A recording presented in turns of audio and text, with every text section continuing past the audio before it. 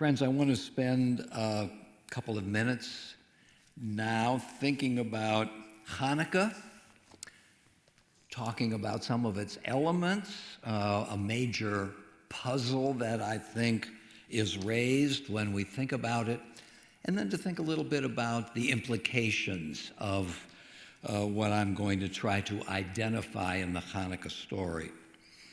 As many of you, I'm sure, know, the story of Hanukkah occurs in two different classical sources.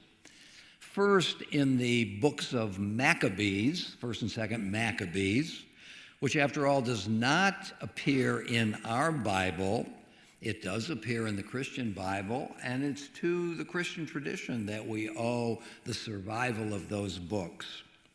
The second iteration of the Hanukkah story is described in the Talmud many centuries later.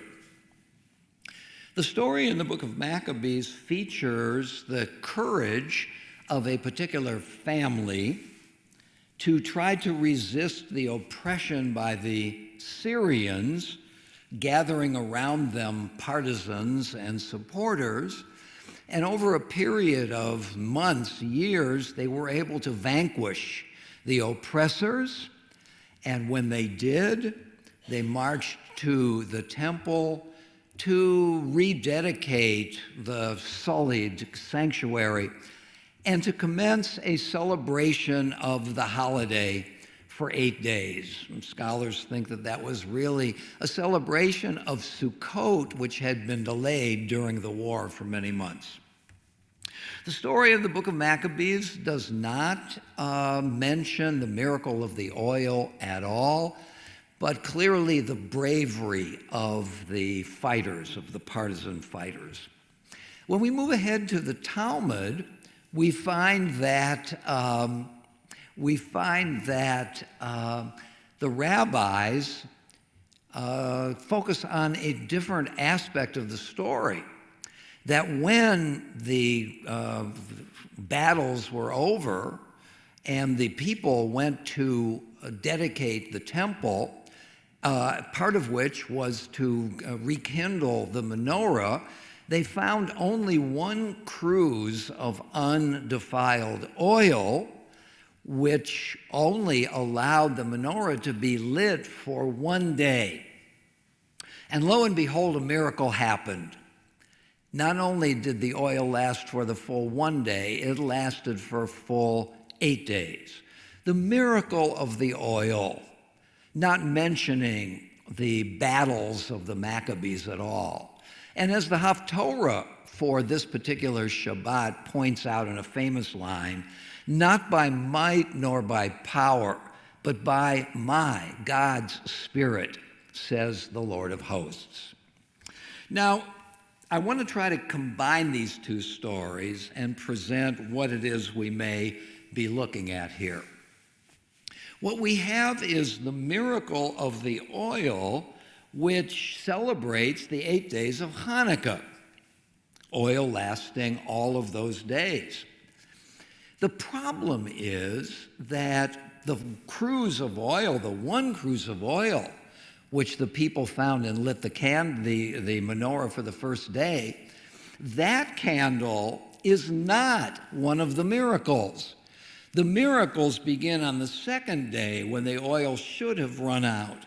So it looks like we have two groups, so to speak, of those 8 candles. The first candle all by itself, not a product of the miracle.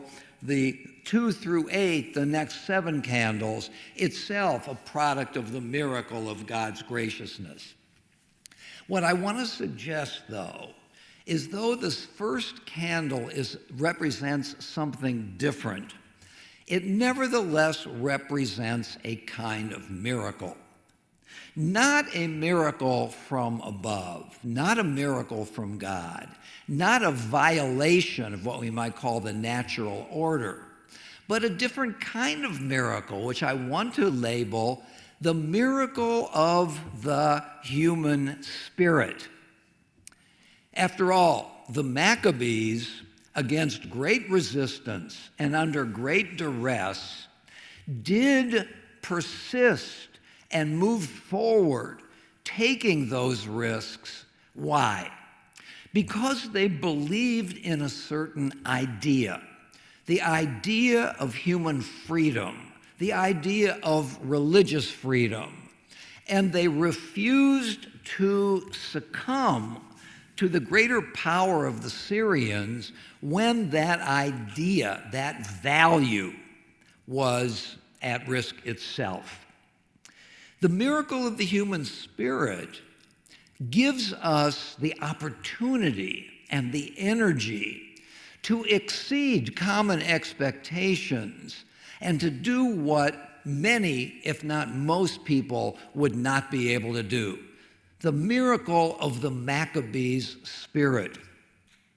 Now, what I want to do is illustrate this idea with 3 brief examples.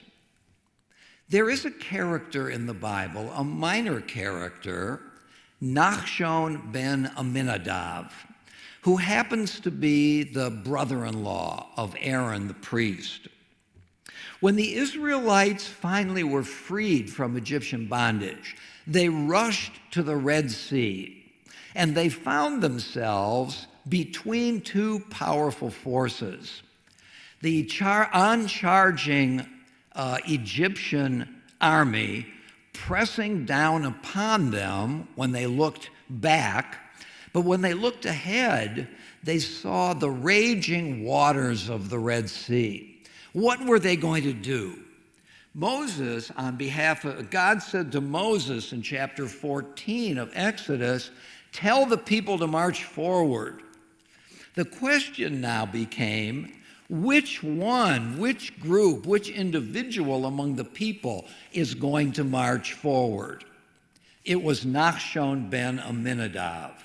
He decided, it is going to be I who is going to take the first leap into the Red Sea. Why did he do this? Why did he risk drowning or being the only one to march into the sea? Because I infer that Nachshon had a goal, an aspiration, and that was, now that they have been liberated from Egypt, now that they have recognized negative freedom, freedom from bondage, Nachshon felt that unless they marched forward to the promised land, there to be able to create a life according to their own values, their own mores, their own aspirations, unless they were able to begin and march toward the promised land, the real meaning of freedom, the realization of freedom to its fullest extent could not happen. Nachshon took a gamble, not because he was a gambler, but because he had an aspiration in mind and wanted to begin the process of the realization of that aspiration. Once again, the miracle of the human spirit, willing to do what most would not have done in order to move toward the realization of a goal. Think about the great Rabbi Akiva. Rabbi Akiva, at the beginning of the 2nd century of the Common Era, fought side by side with Bar Kokhba in Bar Kokhba's revolt against the Romans. It was a fruitless revolt to begin with.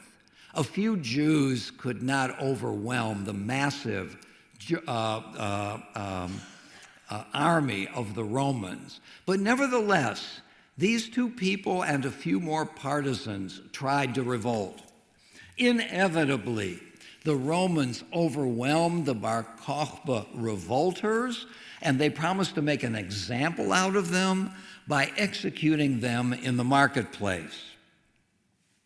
Akiva, one of the ringleaders of this group, was marched out into the open and bound and tied. He was flayed by burning hot combs as it was pulled, scraped across his body, creating excruciating and prolonged pain. Rabbi Akiva, during this awful process, recognized that evening was falling and it was time to recite the evening Shema. And so that is what he did. V'ahavta et Adonai Elohecha b'kol levavecha v'chol nafshecha uv'chol ma'odecha. You shall love the Lord your God with all your heart, with all your soul, and with all your might. His astonished disciples said to him, Master, to this extent, as the Romans are combing your body with hot combs, you are still insisting on reciting the Shema? To which Rabbi Akiva responded, I have always wondered about the meaning of with all your soul. And I knew that our earlier sages said, with all your soul, even if you have to give up, relinquish your life. And Akiva said, I always wondered when and if I had the opportunity to devote myself to God with all my soul, I would have the courage to do it. And with that, he gave up his life and died. Rabbi Akiva, like Nachshon, like the Maccabees, did something daring and courageous, was willing to articulate the essential elements of his faith, even when not only were the Romans overwhelming him and his group, but when God seemed to have abandoned him. The miracle of Akiva's spirit was to insist upon living his life to the very last moment in the presence and in the spirit of his ultimate concern. As if to say, unless I pursue my values, unless I try to reach the highest level of my aspirations, the aspirations of my people, life really is not worth living. The miracle of the human spirit insisting on pursuing the goals to which they have devoted their life.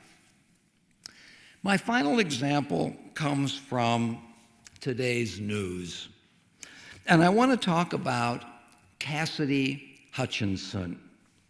As most of you know, she is one of the great heroes in this process of speaking publicly in the House January 6th committee, investigating that awful series of events on that infamous day. Cassidy Hutchinson was an aide in the White House, at the low level of the White House employees, but nevertheless came into the presence of people who said and did things on that day, January 6th, which disturbed her. When she knew that the House committee was looking for witnesses, she began to think about going before them and telling the House committee what it is she knew.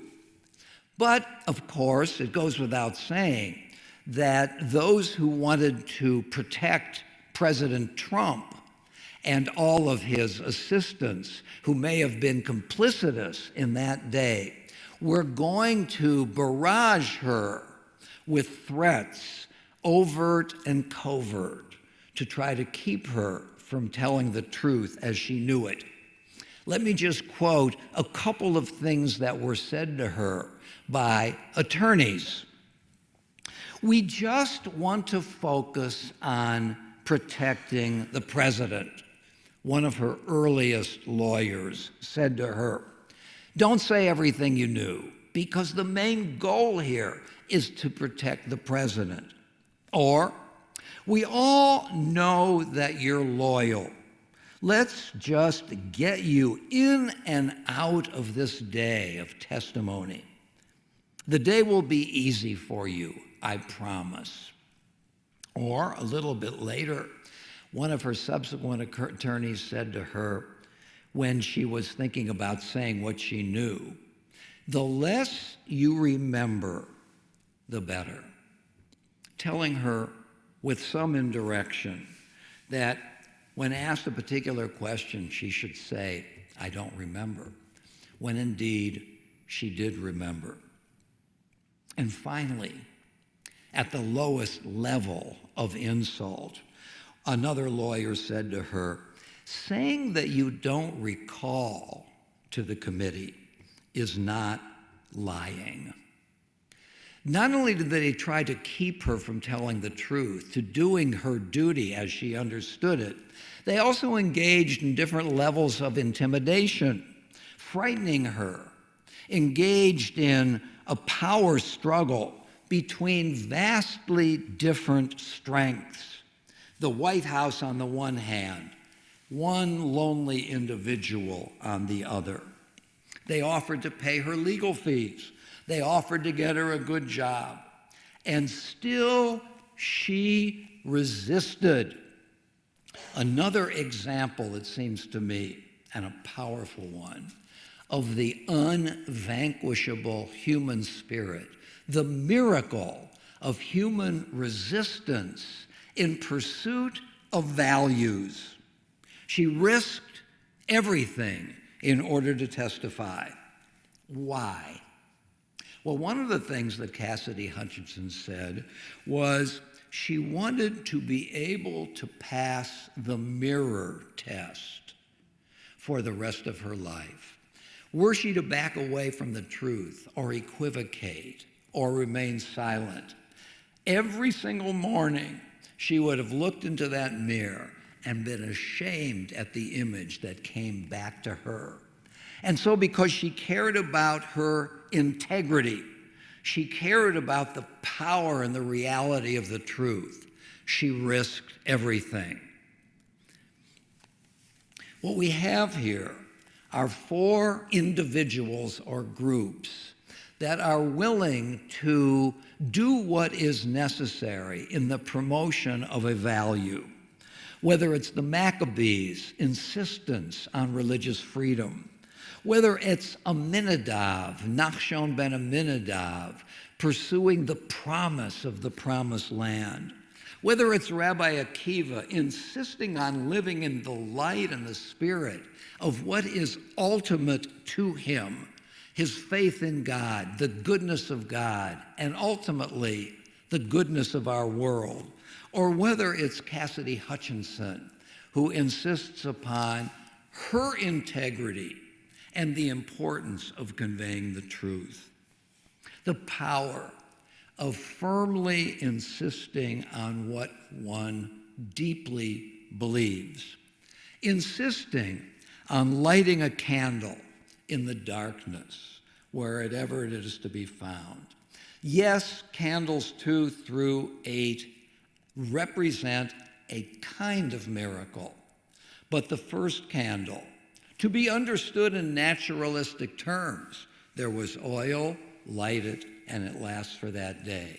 Nevertheless, that initiative, that action, reflected something powerful about what human beings can do when confronted with the threat to their beliefs, their convictions, their values, and their aspirations.